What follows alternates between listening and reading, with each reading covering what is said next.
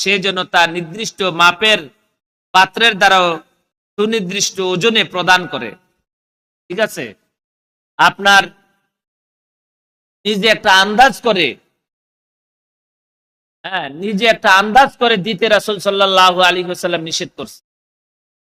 যেমন আপনি কাউকে চাল দিবেন, যদি আপনার কাছে যদি বাটখারা না থাকে, ওজন করার মতো কিছু না থাকে, আপনি কি করলেন, একটা পাত্র দিয়ে, একটা বল দিয়ে, একটা প্লাস্টিকের একটা পাত্র দিয়ে আপনি পরিপূর্ণ করে একটা মাপ দিয়ে আপনি তাকে দিলেন।